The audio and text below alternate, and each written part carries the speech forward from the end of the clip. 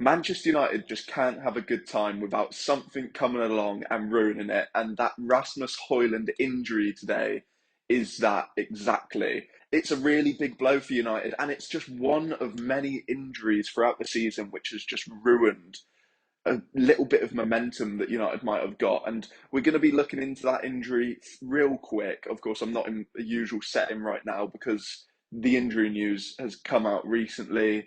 It's put me in a bad mood, but we're going to speak about it. Now, of course, Rasmus Hojlund has a muscle injury which affected him in training, and it's meant to be keeping him out for around 2 to 3 weeks. But United have got a lot of games in that time, and he could miss up to 5 or 6 fixtures.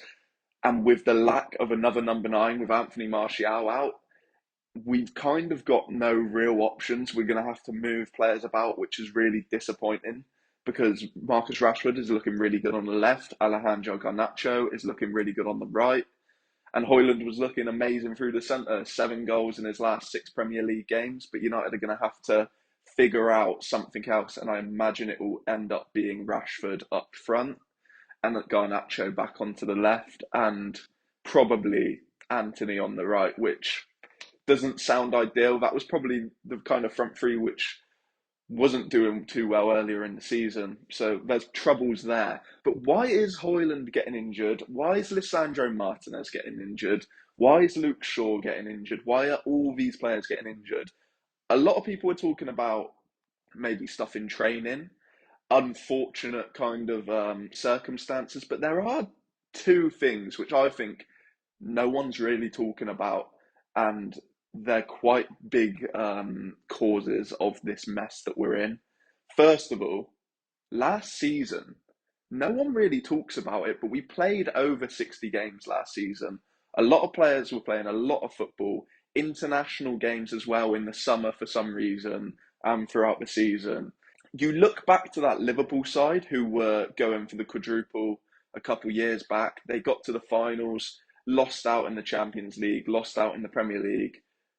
But the amount of games that they played that year, the next season they just had a load of injuries. They weren't performing as well as they were before, and it was a big. It was spoken about a lot. A lot of people went. They went for all four. They got tired out, and now they're kind of paying the price this season. I don't really see that spoken about that much because although United went out in the quarterfinals, it might have been quarterfinals of the Europa League, they got to the final of the FA Cup and the final of the Carabao Cup, and they also played that extra round in the Europa League. So they played a lot of football. So I think it's going to be one of the contributing factors behind this injury crisis which we find ourselves in. And no one really speaks about it, but I think probably the more important one, because there are players such as Hoyland who had nothing to do with last season, such as Mason Mount, who had nothing to do with last season. There's other kind of issues which I think has propped up a lot of these muscle injuries which we're seeing as well. And it's just the way in which we approach games, the heavily transition based football which we are playing.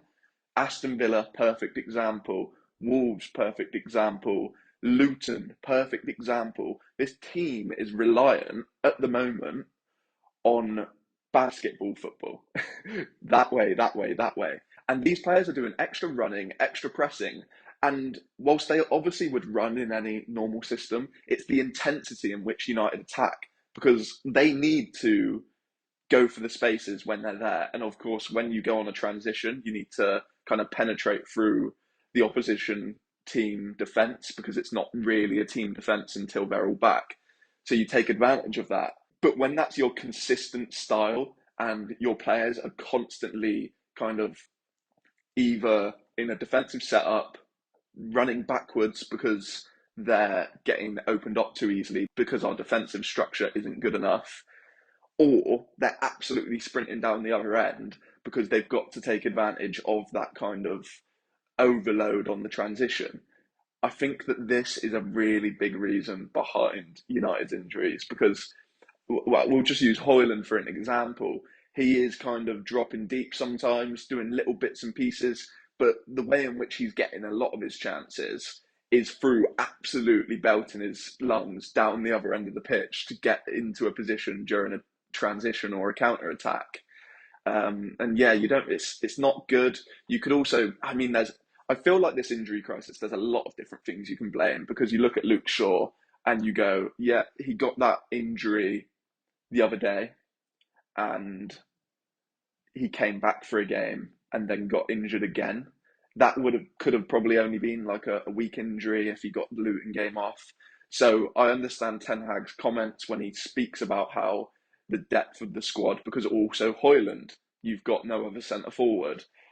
So it's difficult. There's a lot of different reasons behind it, and a lot of reasons why United fans can be frustrated because Hoyland is in terrific form, and he's genuinely at the moment one of the few kind of positives, even though we're winning games and it's helpful, like true positives where you aren't kind of going, yeah, United won, but Hoyland at the moment, maybe alongside Garnacho and Mainu, are those players where you just go, yeah, I love what you're doing. No complaints kind of thing. And it's unfortunate. United have a lot of players injured again. It seemed like it was only a couple of weeks ago we were like, we only need Mason Mount back. We only need Malacia back. Now it's Wan-Bissaka's out, Martinez is out, Luke Shaw, Malacia, Mason Mount, Martial, and Rasmus Hojlund. That is at least 4 to 5 kind of arguable starters, or at least players who you 100% are having on your bench and potentially coming on, which isn't good. We spoke in the podcast yesterday about the importance of kind of not having that left back, considering we sent Sergio Reguilon back to Spurs, and now he's gone Brentford. We sent Alvaro Fernandez elsewhere, and then Malacia and Shaw are both out. Me and Dill were saying that could cost United top four. This, I know it's only meant to be 2 to 3 weeks supposedly, but I still remember Rasmus Hojlund's first injury where it said time frame and it was longer. I don't really trust United's time frames at the moment, so I am expecting this to be longer than 3 weeks. And United could be out of the top four race by then if they don't find a way to score goals, because even though the wingers were playing well in these last weeks and getting goals, it all depended on their profiles there. Rashford left, Garnacho right, Hoyland getting injured mixes that up a lot, and it's interesting to see how they'll deal with it, but it's not looking good. It is not looking good. That's all from me today. I just wanted to quickly give you my reaction on the kind of injury crisis, the reasons I think that people are kind of ignoring, not speaking about so much compared to the kind of unfortunate stuff, which is also viable for some of these injuries. Hopefully, United can get through this difficult period with injuries once again, and maybe we will sort our medical team out one day in the summer. If you enjoyed the video, feel free to give it a like below. Consider subscribing to the channel if you're new, and we'll see you in the next one.